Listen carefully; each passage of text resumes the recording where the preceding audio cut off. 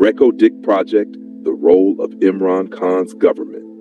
When the Pakistan Tehreek-e-Insaf (PTI) government came into power in 2018, the country's economy was facing severe challenges.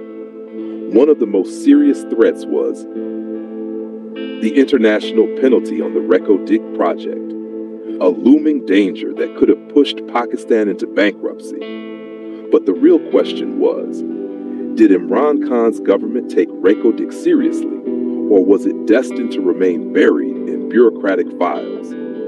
Let's uncover the reality. In July 2019, the World Bank's ICSID, International Center for Settlement of Investment Disputes, imposed a $5.9 billion fine on Pakistan. This verdict came in favor of the Tethyan Copper Company, TCC, which had been pursuing legal action since the cancellation of its mining license in 2011. After this ruling, Pakistan faced one of the largest investment penalties in the world. This was no longer just a mining dispute, but a matter of national sovereignty, economic stability, and global reputation. Imran Khan's government understood the seriousness of the situation. Paying $5.9 billion was not feasible. No development on Reko Diq could proceed. International investors were backing away from Pakistan. At this moment, Imran Khan made a decisive move. This was not just a legal issue, but a matter of national strategic importance. Actions taken by Imran Khan's government. 1. Formation of a high-level strategic committee. Prime Minister Imran Khan immediately formed a high-level committee comprising the Law Minister, the Attorney General, the Finance Minister, international legal experts. This committee was tasked with not just the legal side, but also the political, economic, and diplomatic dimensions of the issue. 2. Direct negotiations with Barrick Gold. The government moved past previous disputes and initiated direct talks with Barrick Gold. These negotiations were confidential but consistent. During the process, Pakistan offered improved terms for a new agreement. Barrick Gold agreed to resolve the dispute with TCC.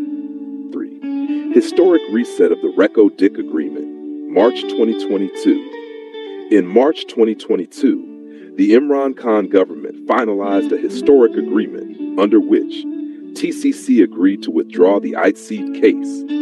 The penalty was dropped.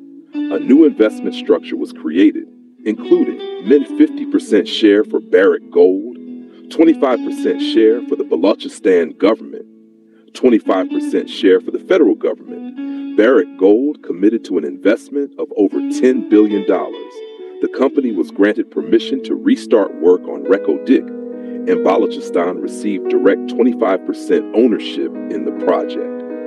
Imran Khan's statement.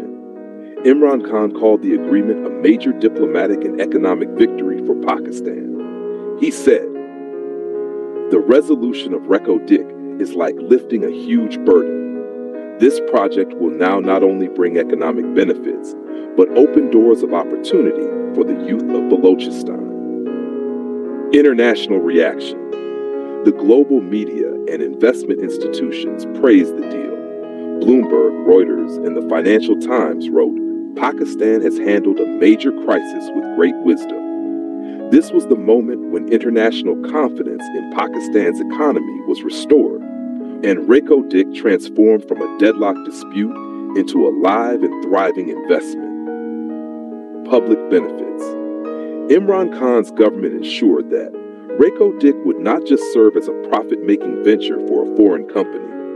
Balochistan would receive its fair share in jobs, infrastructure, and revenue, and all of this would be transparent and governed by contract.